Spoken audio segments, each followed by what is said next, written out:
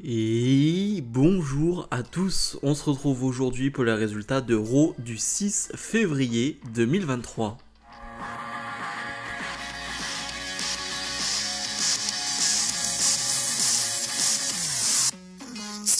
Comme d'habitude, on n'oublie pas de mettre le pouce vers le haut et de s'abonner.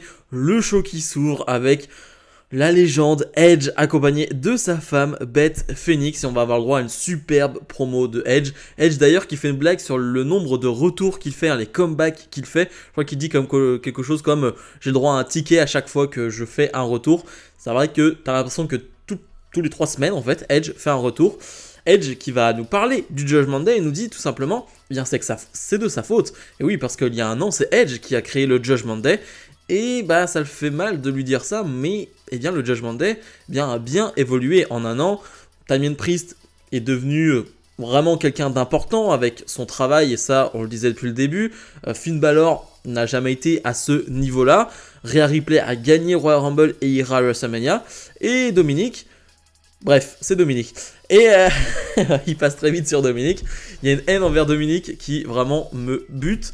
Et surtout, le Judgment Day va arriver. Bon, ils vont tous faire une promo. Dominic, dès qu'il a le micro, vraiment, il se fait huer. Vraiment, il se fait détruire par le public. C'est le heel le plus détesté, le plus hué actuellement chez WWE, avec peut-être Roman Reigns, mais il y a toujours aussi des chants pour Roman Reigns. Là, pour Dominic, il n'y a pas de chant. Il n'y a pas de chant, il n'y a aucune réponse positive pour Dominic. Ça fonctionne très très bien. Franchement, depuis que Dominic a tourné heel à SummerSlam, et etc., à Clash at the Castle, pardon, et voilà, depuis là, il y a une évolution, et là, il est vraiment très bon dans ce rôle. Bref, Edge va vraiment faire pas mal de blagues. Damien Priest va faire une promo lui aussi et va se tromper dans sa promo. C'est-à-dire qu'il se perd à un moment donné, mais il se reprend très bien en disant « Tu vois, je te déteste tellement, Edge. Vraiment, j'ai tellement de haine envers toi que j'en perds mes mots. Je ne sais plus même ce que je dois dire, en fait. » Et j'ai trouvé ça plutôt malin, la manière de se reprendre. Et comme on pouvait s'y attendre, Beth Phoenix va challenger Finn Balor et Rhea Ripley, donc à l'Elimination Chamber, pour un Edge Beth Phoenix face à Rhea Ripley et Balor. Un match que va accepter Balor. On s'y attendait, mais c'est toujours très très cool qu'on l'annonce maintenant. Bref, ça va partir en bagarre générale et c'est les Street Profits qui vont venir en aide à Edge et Beth Phoenix, parce que bien juste après on a un match de qualification pour le Chamber masculin entre Priest et Angelo Dawkins. Bref, c'était une super promo, c'était un bon segment pour débuter ce show. Le public est déjà très très chaud justement. On enchaîne donc avec Angelo Dawkins face à Damien Priest. Un match de qualification pour le Chamber masculin. Un Chamber masculin qui sera pour le titre de champion des États-Unis. Un match qui va durer 8 minutes et c'est un vrai bon match. Franchement, ça passe très très bien. On voit de plus en plus Angelo Dawkins en solo et c'est pas anodin parce que vraiment depuis plusieurs mois, on le dit sur cette chaîne, eh bien il y a une vraie progression de sa part et clairement, on disait que c'était le point faible vraiment des Street Profits. Bah, je suis pas d'accord maintenant, c'est-à-dire que je prends autant de plaisir à regarder Montez-Ford qu'à regarder Angelo Dawkins sur un ring aujourd'hui, donc franchement c'est une très très bonne chose. Il y a une news qui est passée presque inaperçue, qui date peut-être d'un mois et demi, 2 mois, c'est le fait que la WWE eh bien, est très très très contente de ce que fait Angelo Dawkins en ce moment, et bah, c'est pour ça que je suis pas tellement étonné de le voir un peu plus en solo. Là on lui donne une opportunité de briller, et il brille, donc franchement c'est top. Franchement il n'y a rien à dire sur le combat, c'est vraiment super. En plus tu as deux gars qui se donnent à 1000%, c'est-à-dire que Dawkins et Damien Priest, on les connaît maintenant, ça se donne toujours à 1000%. Et donc quand tu les vois ensemble sur un ring, et bah ça donne ce que ça a donné, un vrai bon combat de catch. Damien Priest va finalement l'emporter clean par l'intervention du Judgment Day. Le Judgment Day était parti, et ça c'est une très bonne chose de donner de bonnes victoires à Damien Priest. Donc qui se retrouve dans le Chamber masculin pour le titre de champion des États-Unis, un titre qu'il a déjà eu. Et je suis quand même très content de voir un Priest dans un Chamber parce que ouais, ça peut être du très très très très lourd. Dexter Lumis fait face à Baron Corbin. La semaine dernière, Johnny Gargano a battu Baron Corbin pour se qualifier pour le Chamber. Et donc on a ce match qui va durer 3 minutes, et bon bah c'était pas bon, hein. C'était vraiment pas bon, et tu sens que ça va pas être bon dès le début parce qu'au bout de quoi 25 secondes, 30 secondes de match, t'as Baron Corbin qui fait un collier de tête au plein milieu du ring, tu te dis oula, on est mal parti, donc oui, c'était pas terrible du tout. Finalement, bon, Corbin, dès qu'il perd le dessus sur Lumis, et dès que Lumis prend le dessus sur Corbin, bah, il fait son enchaînement, il fait son finish, 1, 2, 3, victoire de Lumis en quoi 3 minutes, même pas. Donc ouais, le renouveau de Baron Corbin avec JBL se passe pas très bien. J'avais un peu d'espoir au début, même si je suis pas un grand fan de Corbin. Mais bah non, hein, ça fonctionne pas. Donc ouais, je serais pas étonné que d'ici peu de temps, JBL s'en aille et qu'on voit un Baron Corbin seul qui ne fait plus rien du tout. Brock Lesnar est sur le ring et Brock Lesnar va nous offrir une bonne promo. Si vous ne le saviez pas, Brock Lesnar est plutôt timide dans la vraie vie. Alors c'est vrai que par rapport à ce qu'il fait sur le ring, etc., on peut se poser la question, mais il est vraiment très timide et c'est pour ça que ça se voit qu'il est intimidé quand il doit faire ce genre de promo-là et ça se ressent. Je ne sais pas si vous avez ce même ressenti, mais tu sens pas quelqu'un qui est extrêmement à l'aise au micro avec Brock Lesnar. Et c'est vrai que, honnêtement, moi, d'apprendre qu'il est ce genre de problème-là, qu'il est ce genre de timidité-là, ça m'apporte beaucoup de sympathie pour Brock Lesnar, vraiment. Mais bref, ça c'est encore autre chose. Brock Lesnar qui va nous dire tout simplement, la semaine dernière je pouvais pas être à Raw, désolé parce que je ne fais que penser à Bobby Lashley. Bobby Lashley qui m'a éliminé du Royal Rumble et je ne pense qu'à lui tous les jours. Quand je vais au restaurant, je pense à lui. Quand je suis au lit avec ma femme, au bout de 4-5 heures, je pense à lui. Voilà, les petites blagues de Brock Lesnar. Mais voilà, en tout cas, il ne pense qu'à Bobby Lashley. Et il nous annonce tout simplement qu'il a un contrat. Il a un contrat pour un gros match à Elimination Chamber. Brock Lesnar face à Bobby Lashley. Bobby Lashley va arriver et Lashley va tout simplement dire le premier match contre toi, je l'ai gagné. Le deuxième match, bon, tu l'as gagné, mais finalement, c'est toi qui es resté au sol après le match. Et la troisième rencontre qu'on a eue, c'était au Royal Rumble. Et je t'ai éliminé. Donc pour moi, c'est moi qui ai l'avantage. Et donc c'est à moi de choisir les termes de notre prochaine rencontre. Et ça va pas trop plaire à Brock Lesnar. Brock Lesnar qui va lui porter 2 F5. Il lui en porte un. Et après le premier, le public demande tout simplement un deuxième. Et donc il va vraiment porter un deuxième. Alors il n'y a pas d'officialisation pour ce match à Elimination Chamber. Honnêtement, j'avais peur que ce match arrive à Mania. Quand je dis peur, c'est dans le sens où là il aurait fallu construire quelque chose sur 2 mois. Et là on a quoi? On a moins de 2 semaines de Elimination Chamber. Donc je trouve que Lesnar, Bobby Lashley à Haut Chamber, ça sonne très bien. Donc j'ai l'impression qu'on va avoir ça. Et moi ça me convient. Dernier match de qualification pour le Chamber féminin. On retrouve Carmella qui fait son retour sur le ring. On retrouve Piper Niven qui est maintenant Piper Niven et n'est plus Doudrop. Et on a Mia Yim et Candice LeRae qui font équipe en ce moment et qui vont devoir s'affronter pendant ce combat. On a un match qui va durer 7-8 minutes.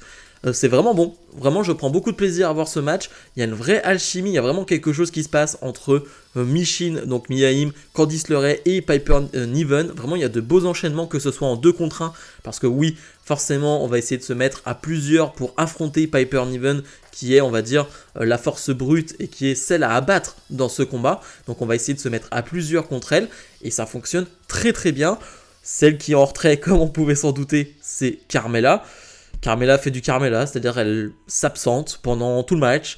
Elle revient pour la fin et elle gagne le match. Voilà, en tant qu'opportuniste, vraiment j'allais dire opportuniste ultime, mais ça c'est Edge. Mais c'est presque ça. Voilà, Carmella qui fait du Carmella, qui ne fait rien du combat, qui ne montre rien. Et qui va donc aller dans le Chamber féminin. Est-ce que c'est une bonne chose? Je ne sais pas, je sais que voilà, Carmella a quand même une grosse fanbase, qu'on le veuille ou non.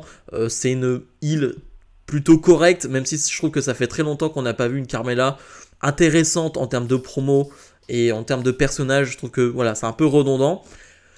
Mais voilà, en tout cas, elle est dans le Chamber. J'avoue que j'aurais bien aimé une Piper Niven dans le Chamber. J'aurais bien aimé une Candice LeRae dans le Chamber. Donc je suis un poil déçu, je l'avoue. Le Hurt Business, alors sans Bobby Lashley pour le moment, mais avec MVP, font face à Alpha Academy dans un match de 5-6 minutes.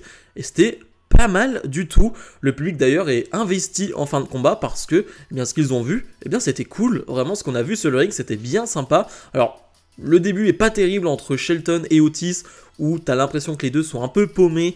C'est pas très clair ce qu'ils sont en train de faire. Par contre, après, t'as un contrat entre Gable et Cedric Alexander. Et là, ok, c'est 2 purs talents et tu le ressens. Et ok, ça match très bien. T'as un Shelton Benjamin qui va réussir à porter Otis sur ses épaules et porter un Samoan Drop. Ça, pour le coup, c'est assez impressionnant. Et j'ai envie de dire, de manière clean, Cedric Alexander va faire le tombé gagnant sur Gable. Donc une petite victoire, une moyenne victoire quand même pour Hurt Business. J'ai envie de dire, battre Alpha Academy, tout le monde le fait, mais là c'est clean. C'est pas mal pour relancer le Hurt Business. Je vais vous dire ce que j'en pense. Je pense que le Hurt Business va se reformer avec Bobby Lashley d'ici quelques semaines. Si on a vraiment Bobby Lashley face à Lesnar à l'Elimination Chamber, je vous donne un petit prono, eh bien, je vois Lesnar l'emporter et justement après ce match, Bobby Lashley ne sera plus le Bobby Lashley qu'on connaît, très sympathique.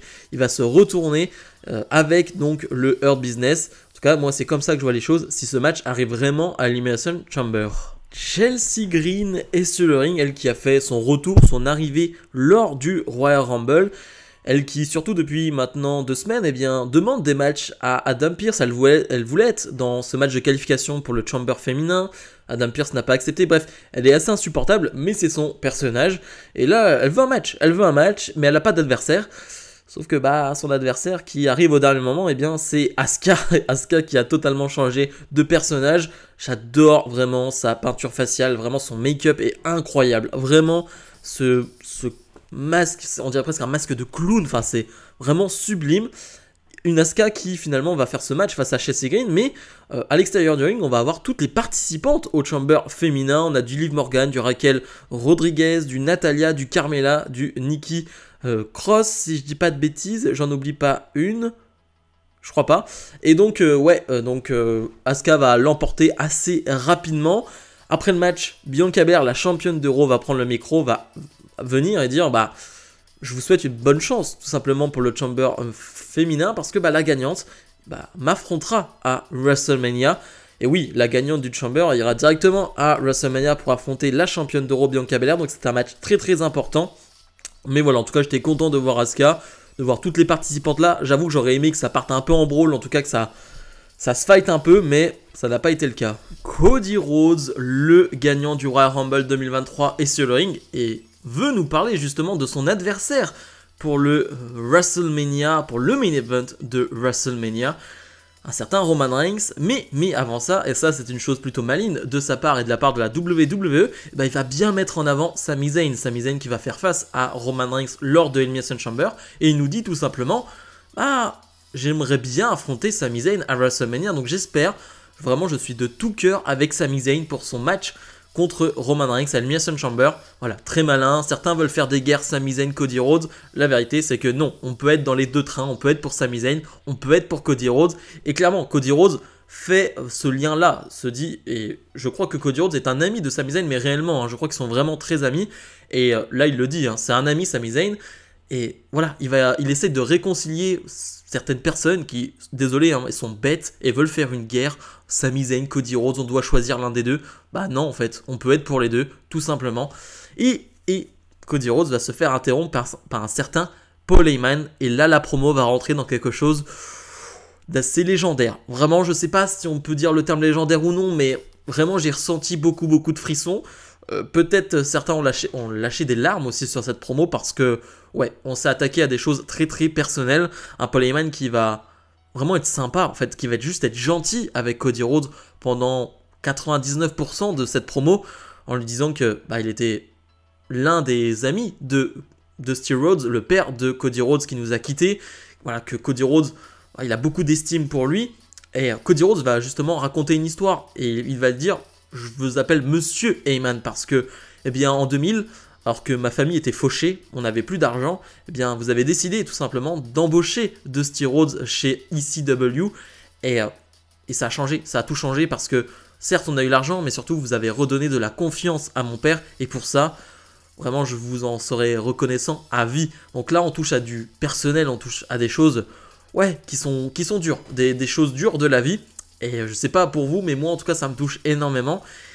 Paul Heyman qui va revenir là-dessus en disant, ensuite là, parce qu'on a Orlando, et il nous dit à quelques centaines de mètres d'ici, il y a le Performance Center. Le Performance Center où Dusty Rhodes a entraîné des superstars, a préparé des superstars comme Seth Rollins, comme Becky Lynch, comme Bayley. Tout ça, ces superstars là sont là grâce à ton père Dusty Rhodes. Ce qui est vrai, c'est Dusty Rhodes a été là au Performance Center et Paul Heyman va le dire.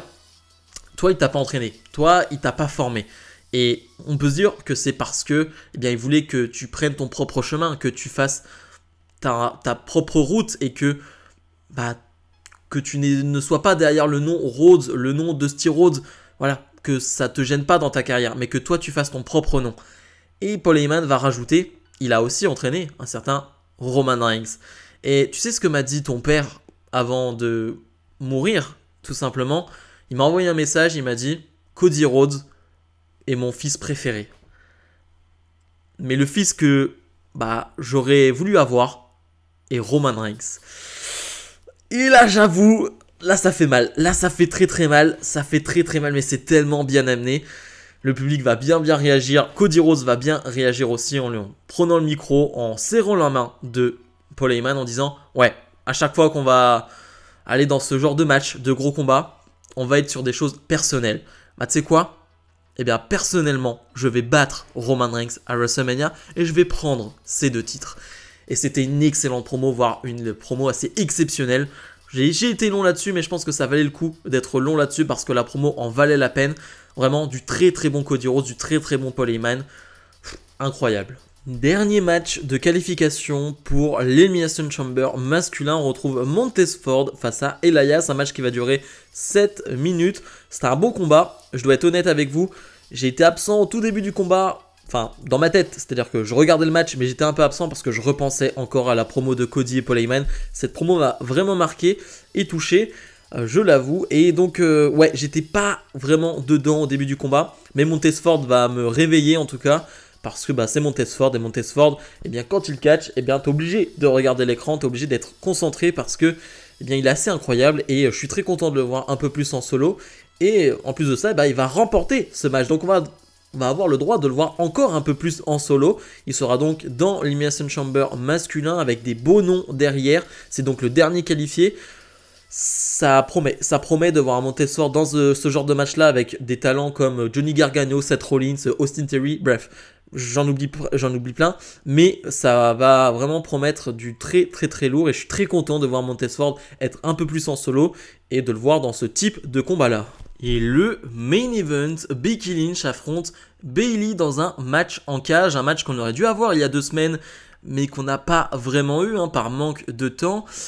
Et je suis très partagé. Je suis très partagé parce qu'une partie de moi avait envie vraiment d'être investi dans ce combat, mais honnêtement, je l'étais pas totalement. Je l'étais pas totalement parce que, eh bien, on s'est foutu de nous il y a 2 semaines. Et je suis désolé, mais j'oublie pas, tout simplement. J'oublie pas les choses. Et dans le sens où il y a 2 semaines, clairement, tu m'as fait comprendre que cette histoire n'avait aucun intérêt pour toi. C'est-à-dire que vraiment, on manque de temps. Le match qui est sacrifié, c'est Becky Lynch contre Bayley. Et voilà. Et là, 2 semaines après, tu veux que je sois hyper investi dans ce combat qui est dans le main event. Moi, en tout cas, de mon côté, ça fonctionne pas comme ça. Chacun pense ce qu'il veut, mais en tout cas, de mon côté, ça fonctionne pas comme ça. Déjà que l'histoire de base m'intéressait pas à 1000%, j'étais dedans, mais voilà, c'était pas l'histoire de l'année. Mais en plus, voilà, avec le fait que ce match soit annulé, que la semaine dernière on essaye de rallumer la flamme avec Bayley qui va attaquer personnellement Becky Lynch et Seth Rollins. Moi, ça n'a pas fonctionné sur moi, donc voilà, je sais que je suis un peu à part, ça a fonctionné sur beaucoup. Moi, ça n'a pas fonctionné sur moi, donc très compliqué d'être dans le match.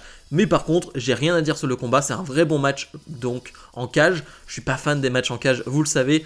Sachant qu'en plus, la stipulation là était claire et nette, c'est-à-dire qu'il n'y a pas de changement. Tu pouvais gagner le match en sortant de la cage, pas comme lors du Grayson Waller Braun Breaker de NXT Vengeance Day, où là, c'était interdiction de quitter la cage, et ça, c'était vraiment cool. Donc voilà, ça joue aussi. Mais le match est vraiment bon. Franchement, les deux se donnent vraiment beaucoup. Elles prennent des risques. J'ai rien à dire sur le combat, c'est vraiment bon. Juste, voilà, mon investissement n'était pas total.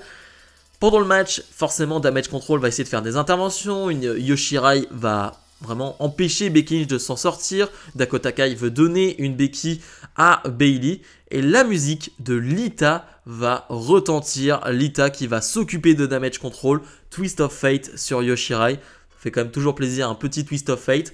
Becky Lynch en profite sur le ring et va gagner ce match. Bon, on le sent venir. Je pense qu'on le sent tous venir. Becky Lynch, Lita face à Damage Control à WrestleMania avec les titres tag en jeu. Voilà. Becky Lynch n'a pas de match à Mania pour le moment. Elle ne sera pas dans la title picture de Raw ou de SmackDown. et bah elle sera dans la title picture pour les titres tag. Et en tout cas, je le sens venir. Je le sens venir de cette manière-là. Et je pense que c'est plutôt une bonne idée de ramener Lita de cette manière-là. C'est-à-dire que Lita, je pense pas qu'en solo, ça soit bon dans le sens où c'est un peu limite, je pense, Lita en 2023 en solo. Mais là, en équipe, ça va la protéger. Elle va avoir le temps de faire 2-3 spots dans le match. Et elle aura des gros hot tags. Donc ouais, moi je suis pour. Vraiment, je suis totalement pour. Et là, pour le coup, ça me hype. Alors certes, l'histoire avec Damage Control va sûrement durer encore 1 mois et demi, 2 mois. Mais dans l'idée, je suis hypé. Bilan de ce Raw. Et bah j'ai trouvé sympa. J'ai trouvé que c'était un Raw plutôt sympa. En termes de promo, vraiment, je suis désolé, je vais revenir dessus. Peut-être que je force, je ne sais pas. Parce que là, encore une fois, quand je commente les shows, je ne suis pas allé voir les réactions des gens sur le Twitter, sur YouTube, etc. Donc je ne sais pas à quel point cette promo vous a marqué ou non. Moi, en tout cas, la promo de Cody Rhodes et Paul Heyman m'a vraiment marqué. Et je m'en souviendrai vraiment de cette promo. Donc rien que pour ça, la note de ce Raw sera plus élevée, mais je trouve qu'en termes de catch, on a eu des bons matchs, on a eu des matchs en plus de qualification, donc des matchs avec de l'intérêt. Franchement, j'ai pas grand chose à dire de négatif sur ce show. Le Loomis face à Baron Corbin, c'était pas terrible. Le match de qualification féminin était bon. Vraiment, pas grand chose d'autre à dire. Et donc, c'était plutôt très plaisant. Le main event est bon. Un petit retour de Lita en plus qui est assez inattendu pour le coup. Donc ouais, franchement, j'ai passé un bon moment devant ce show. Il y a eu des choses, il y a des choses à raconter. Donc moi, ça me va. Donc on est sur un bon 8 sur 10. Bref, comme d'habitude, n'oubliez pas de mettre le pouce vers le haut, de vous abonner. Et nous, on se retrouve dès demain pour ma review de NXT. Salut, salut!